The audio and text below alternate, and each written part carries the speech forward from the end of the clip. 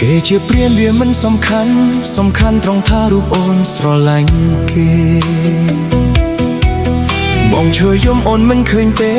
អូនឃើញតែស្នាមញញឹមអ្នកថ្មីគេបញ្ញាយជាប្រាស្ទីលបោកអាយខាប់យកចិត្តស្រីអូនស្លងភ្លេចអស់អ្វីគិតគេល្អចៅស្នេហ៍យើងអើលអកកកត្រាំត្រែងក្នុងភក់ភ្លើងឈឺចាប់មិនទាន់បានមួយខែស្រួលផងអូនរត់អាយបងជួយជូតទឹកភ្នែកយំសឹកសួលរៀបរាប់រឿងហេតុថារូបអូននឹងគេបែកគ្នាហើយ